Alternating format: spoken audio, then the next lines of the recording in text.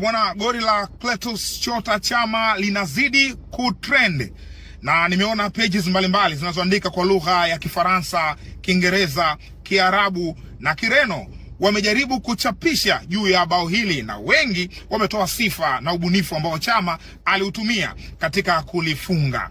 Wapo ambao wamekwenda mbali zaidi wakitamani kuona bao hili likiwepo katika tuzo ya Puskas. Puskas ndio tuzo kubwa zaidi duniani yenye kupiga muhuri wa goli bora la mwaka husika. Lakini kumbukumbu ikanipeleka mpaka mwaka 2024. Denis Omedi kutoka Uganda akiwa na timu yake ya Kitara dhidi ya KCCA aliingia kwenye nomination ya goli bora la Afrika CAF, lakini pia aliingia kwenye nomination ya Puskas Award.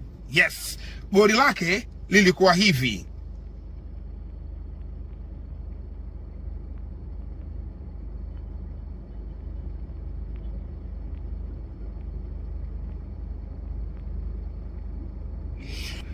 Goli la Clatous Chota Chama, mambo yalikuwa hivi.